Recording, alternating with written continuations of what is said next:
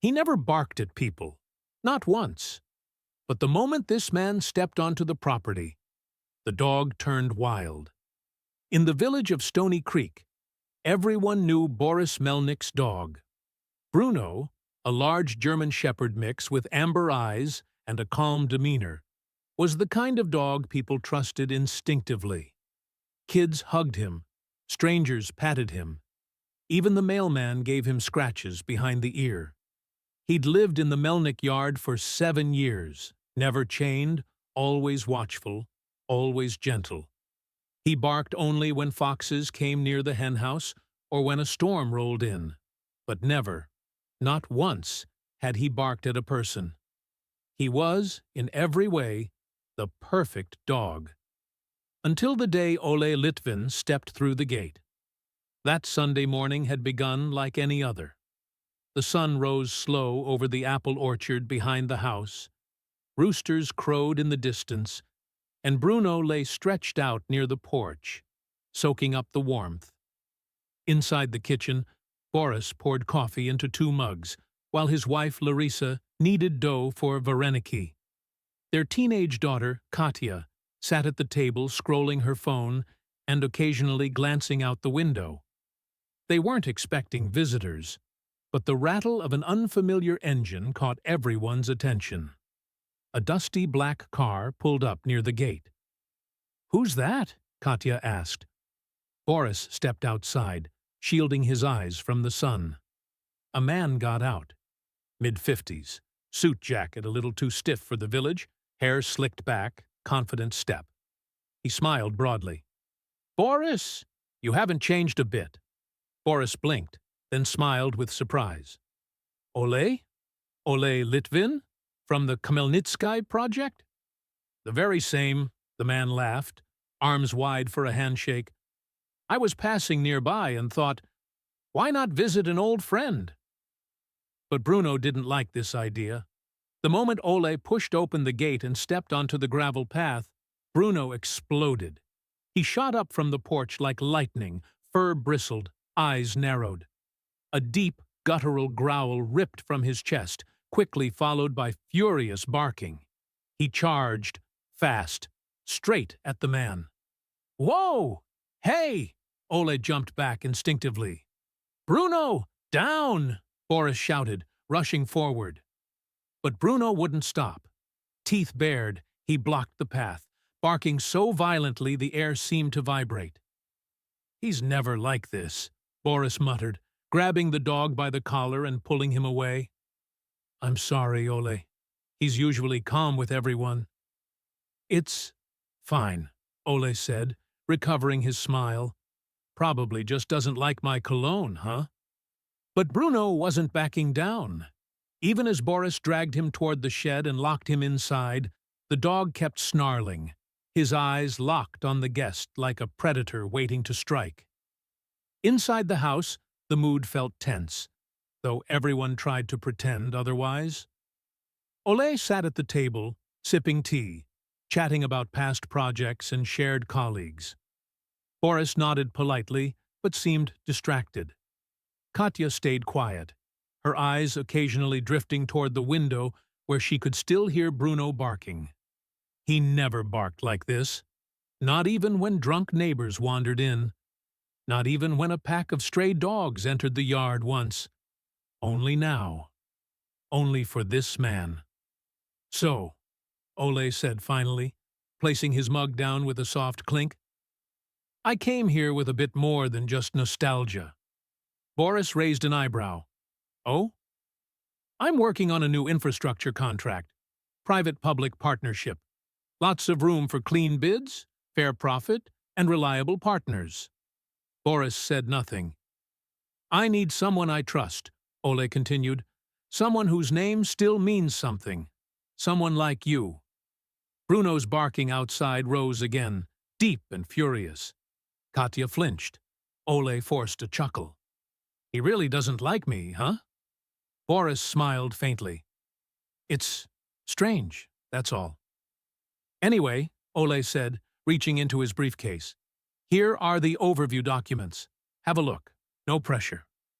He handed over a thin folder. Boris took it, flipping through a few pages. The numbers looked neat, the formatting official. Everything seemed normal. But outside, Bruno hadn't stopped. That evening, as the sky darkened and stars blinked into view, the family prepared a guest room for Ole. Katya, clearly uncomfortable, leaned in to her father while her mother finished up in the kitchen. "Are you sure he's okay?" Boris sighed. "He's just offering a business idea. I'll review everything carefully." Katya hesitated. "It's not him I meant. It's Bruno." They both looked out the window. The dog still sat stiffly inside the shed, eyes fixed on the house. In the middle of the night, Boris woke to the sound of furious scratching. He stepped outside and found Bruno throwing himself against the shed door, growling and barking, tail stiff. "What is it, boy?" He let him out. Instead of running free, Bruno made a beeline straight to the back door, barking and nudging it. Then he turned, ran toward the guest room window, barking louder. Boris opened the door just a crack and saw Ole's briefcase on the chair.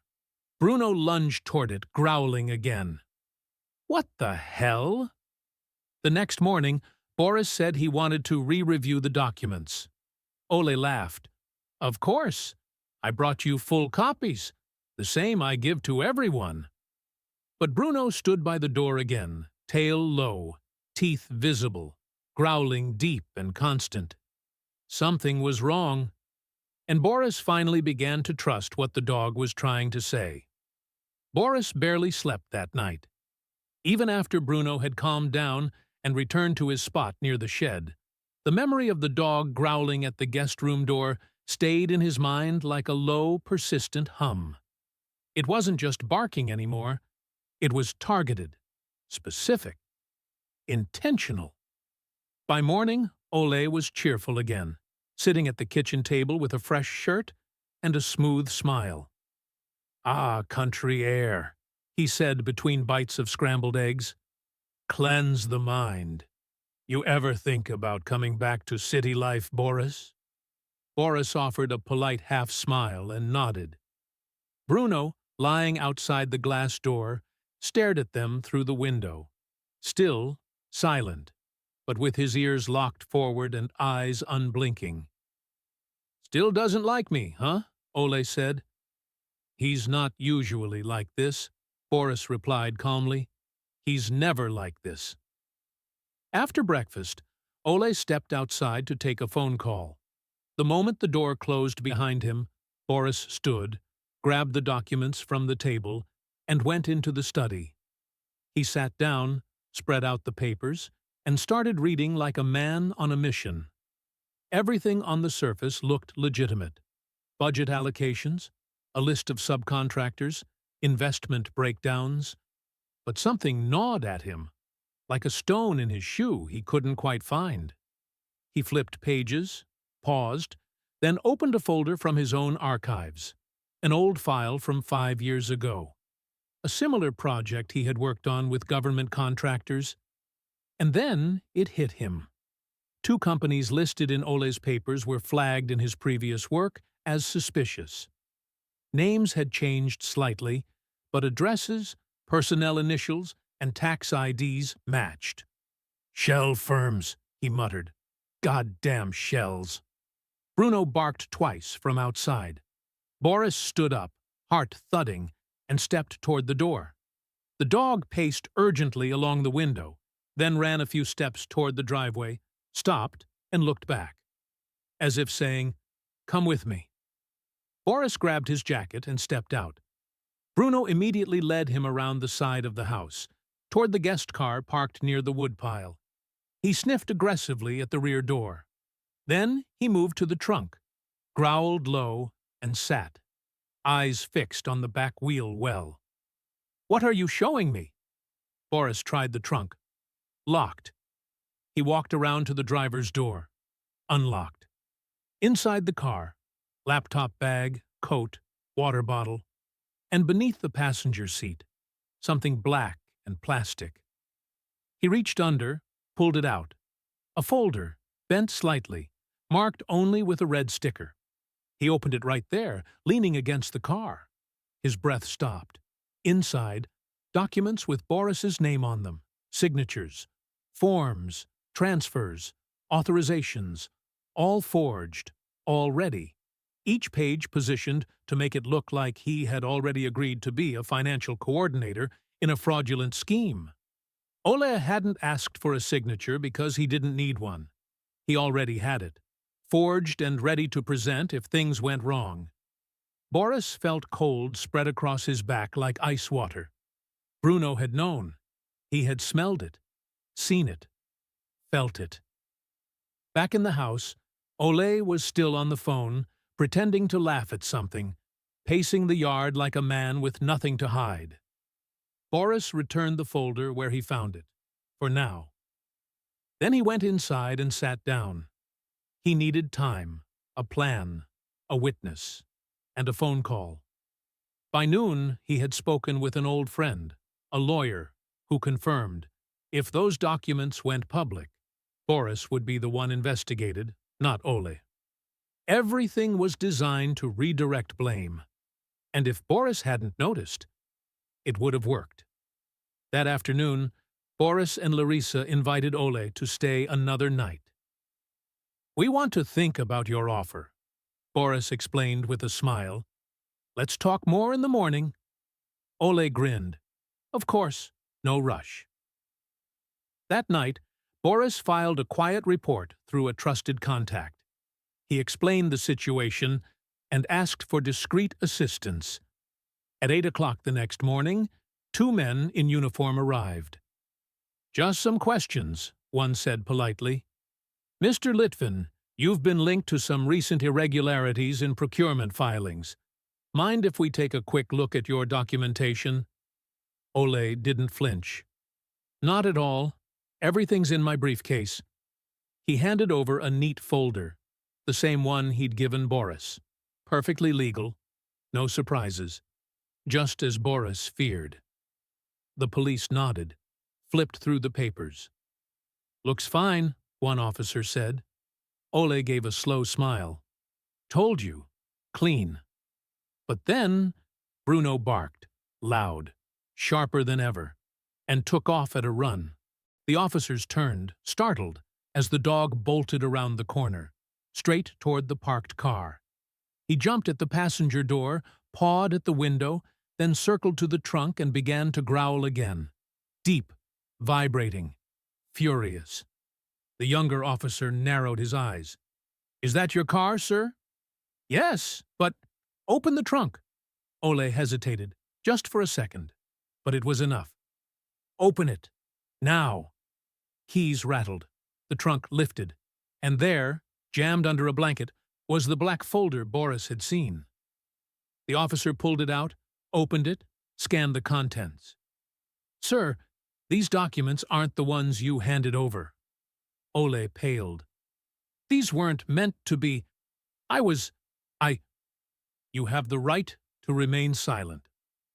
Bruno stood beside Boris now, breathing steady, ears forward. Everyone stared at the dog. The officer looked at Boris. "Your dog just solved this case." Boris ran a hand through Bruno's fur. "He's been trying to since the moment that man walked through the gate. He never barked at people, not once. But the moment this man stepped onto the property, the dog turned wild.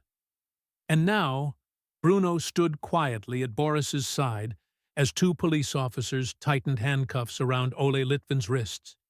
The man no longer smiled. His face was pale, lips tight, jaw twitching with frustration and panic. He barely resisted. What could he say? The documents were real. His plan was clear. And thanks to a dog that wouldn't let go, he was caught. The officers gave Boris a formal statement form and loaded Ole into the back of their vehicle. One of them shook Boris's hand. "You have a good instinct," the officer said. Boris looked down at Bruno, still steady, still calm. "It wasn't mine," he said. "It was his." That afternoon, the Melnick yard was filled with a strange stillness. No tension, no barking, just the soft wind rustling the apple trees and the occasional chirp of spring birds. Katya sat on the steps, running her fingers through Bruno's fur. The big dog lay next to her, tongue hanging lazily from the side of his mouth, tail thumping against the ground every now and then. "Do you think he knew all along?" she asked. "He definitely knew something," Boris said, standing nearby. "Before any of us did." Larissa came out with a bowl of water and a plate of cold sausage. "For the hero," she said, setting it down in front of Bruno. He sniffed it once, looked at them all, then began to eat with quiet dignity. The local news came the next day. By then, word had already spread that a man tried to frame Boris in a corruption scandal, and that it was his dog who exposed the truth. A young reporter asked to take a photo of Bruno. He sat obediently by the gate, chest puffed, looking directly into the lens. The next morning, the headline read, "Guard Dog Turns Detective. Saves Local Family from Criminal Setup." A week passed. The investigation continued, and Ole was officially charged with multiple counts of fraud, forgery, and attempted abuse of office. The false documents had already been used in another scheme, and Bruno's discovery had helped uncover much more than expected. "He saved not just us," Boris told a close friend. "He probably saved others, too." Bruno didn't act like a hero. He didn't want parades or medals. He just went back to his usual place near the porch, watching the road, chasing off the occasional fox, and nudging Katya's hand when she forgot to scratch behind his ear. But the family never saw him the same way again.